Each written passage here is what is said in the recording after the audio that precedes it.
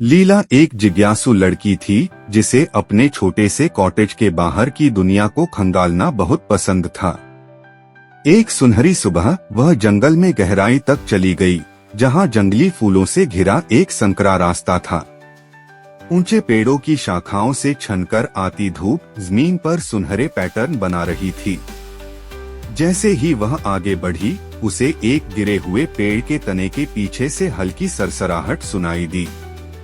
उसने झांक कर देखा तो वहाँ एक छोटा सफेद खरगोश था, जिसकी आंखों में डर झलक रहा था। उसकी नरम फर उलझी हुई थी और उसका एक नन्हा पंजा कांटों की बेल में फंसा हुआ था। ओह नहीं, रुको, मैं तुम्हारी मदद करती हूँ, लीला ने धीरे से कहा।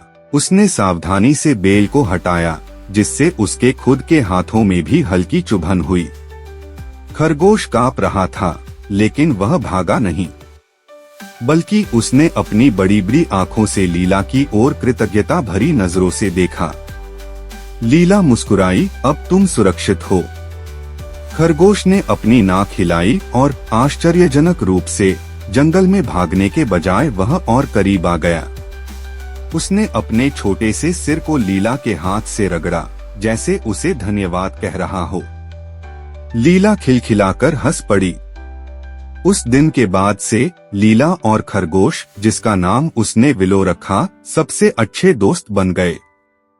हर दोपहर लीला जंगल में लौटती और विलो हमेशा उसी गिरे हुए तने के पास उसका इंतजार करता। वे साथ में खेलते, हरी भरी घास में दौड़ते और एक बड़े ओक के पेड़ की छाया में बैठकर हवा की फुसफुसाहट को सुनते।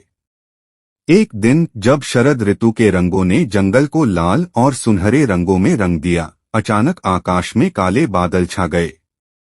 तेज बारिश होने लगी और जंगल का रास्ता फिसलन भरा हो गया। लीला अपने घर से बहुत दूर थी और रास्ता धुंधला पड़ने लगा। तभी उसे जानी पहचानी सरसराहट सुनाई दी।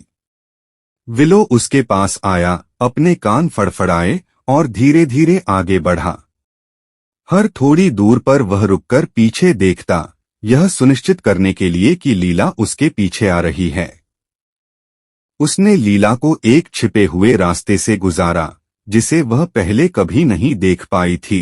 यह एक सुरक्षित मुड़ातुड़ा रास्ता था, जो उसे सीधे उसके कॉटेज तक ले गया। जैसे ही वह अपने घर पहुंची, लीला ने विलो को अपनी गोद में उठा लिया।